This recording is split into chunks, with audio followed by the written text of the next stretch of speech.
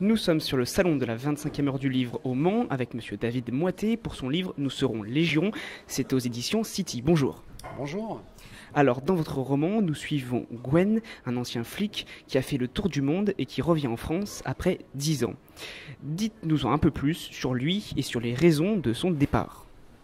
Alors son départ, c'est pas une surprise, hein, c'est dans les premières lignes du livre. Il a eu un gros accrochage avec un collègue, donc c'était à l'époque où il était policier. Et puis, suite à cet accrochage, il est parti faire le tour du monde sans vraiment avoir de but. Et puis, il va finalement revenir en France après 10 années autour du monde. Alors, Crossier, c'est aussi un personnage principal, car il va enquêter sur des meurtres qui sont particuliers, puisque ce sont des jeunes ados qui tuent et qui crient le même message. Quel est ce message ? Alors, le message que crient ces jeunes, c'est « Nous serons Légion ». Et ce qui est un petit peu intriguant pour tout le monde, c'est que ce sont des jeunes a priori sans histoire, dont on n'avait jamais entendu parler. Ce ne sont pas des délinquants, ce sont des enfants qui habitent au départ plutôt en banlieue parisienne, mais après un peu partout en France. Et donc il y a une vague de crimes sans précédent qui met les enquêteurs français un petit peu partout dans la difficulté. Et donc Gwen Lemel, lui, quand il arrive, il a besoin de trouver du travail. Il n'a pas grand-chose comme bagage forcément après 10 ans autour du monde sans justificatif. Donc quand il arrive à Pôle emploi, avec sa licence d'histoire géo, on n'a pas grand-chose à lui proposer, si ce n'est un job de prof remplaçant dans un collège difficile de banlieue, qu'il va accepter. Et petit à petit, il va découvrir le métier déjà, parce qu'on se fait pas mal d'idées sur ce métier, mais prof en banlieue, c'est quelque chose d'assez particulier. Et petit à petit, il va être pris finalement dans cette enquête sur les jeunes qui se mettent à tuer aveuglément parce que dans les collèges aux environs de l'endroit où il travaille, il y a des cas en fait qui se présentent. Alors on parlera tout à l'heure des cas de l'école, mais aussi on pourrait croire que c'est des allégeances de type islamique radical, comme avec Daesh, mais en fait ces jeunes n'ont aucun lien avec ce milieu-là.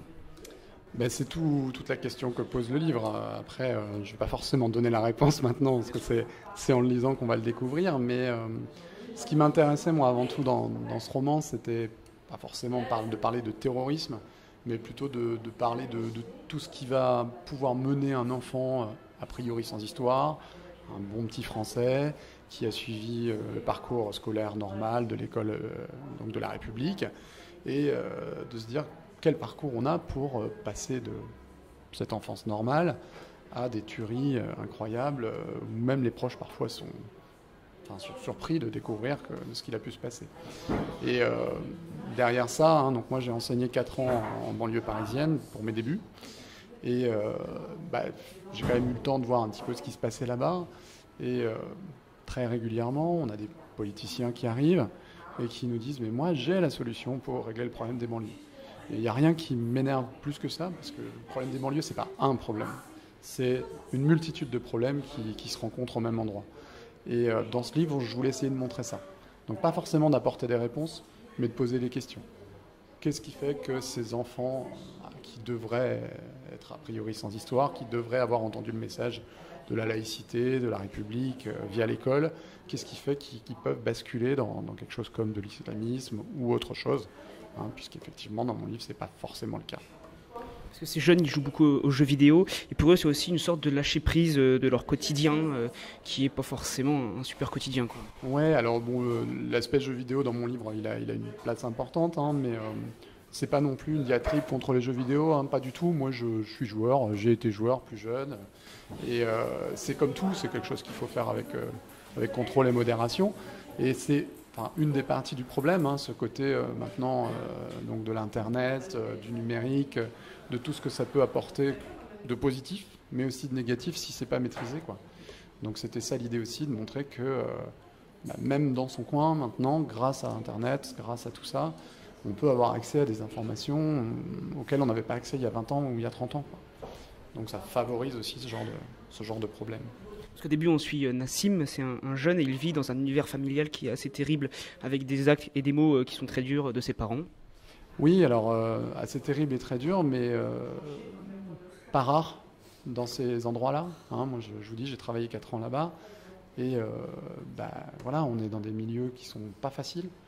Donc c'est aussi une des parties du problème. Voilà, j'essaye de mettre en place un petit puzzle avec tout ce qui fait que cet enfant, Nassim, va passer du gentil petit garçon plutôt même maltraité, donc par ses camarades, par sa famille, etc., à quelqu'un de beaucoup moins sympathique.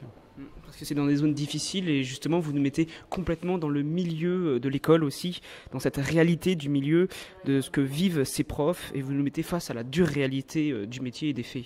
Oui, j'ai lu pas mal de choses aussi, hein, donc sur la banlieue, etc., des polars aussi, hein, bien sûr.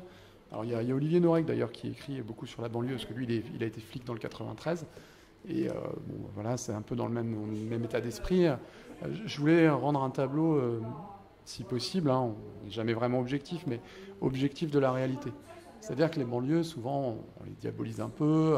Donc là, j'avais envie de montrer que finalement, ces enfants sont comme tous les autres, sauf qu'ils ont pas mal pour certains, hein, pas mal de problèmes à gérer, et que parfois c'est trop dur. Et c'est ce qui peut expliquer certains comportements. Pas les excuser, hein, on est bien d'accord, mais les expliquer. Et ce livre, il est un petit peu particulier par rapport aux autres que j'ai faits, parce qu'effectivement, la première partie, on est presque dans un roman de société, on est à peine dans le polar, quoi.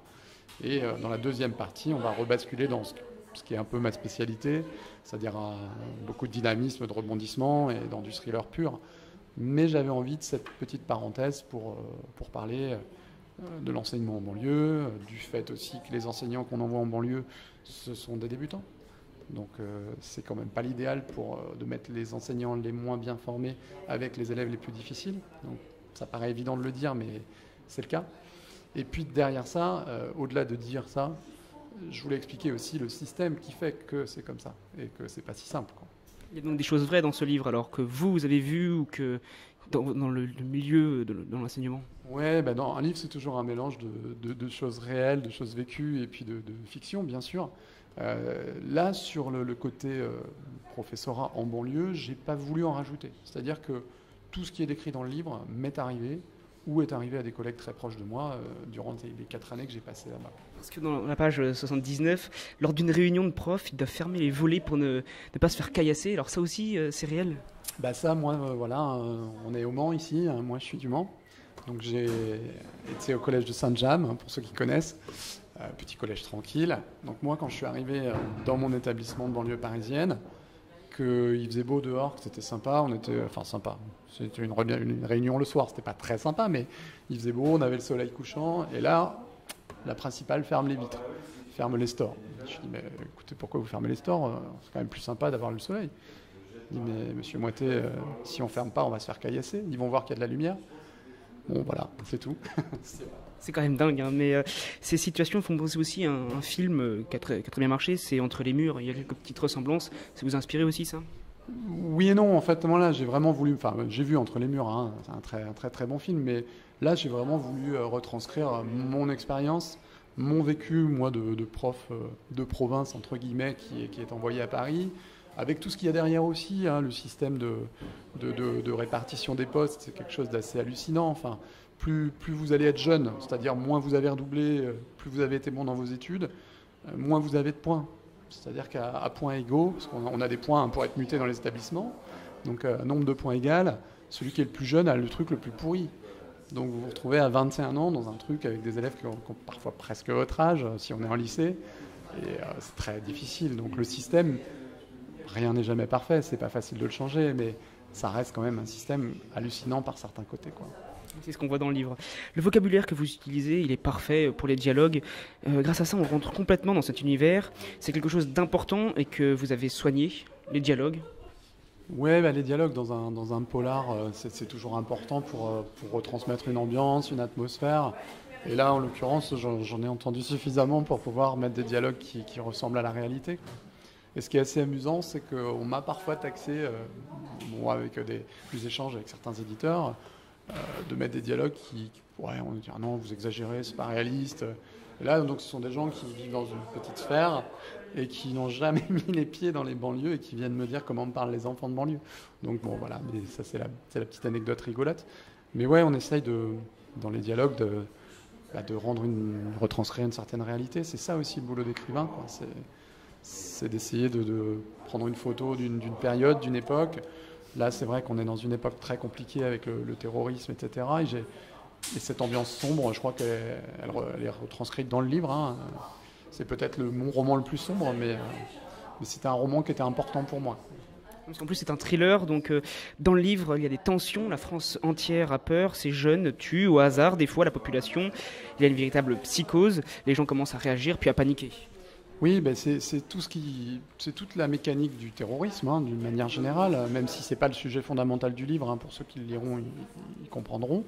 C'est toute la mécanique du terrorisme, c'est-à-dire qu'on fait peur, on crée une sorte de psychose collective et voilà, c'est faire peur avec un minimum de gestes, d'actes, c'est très symbolique et on arrive à faire très très peur.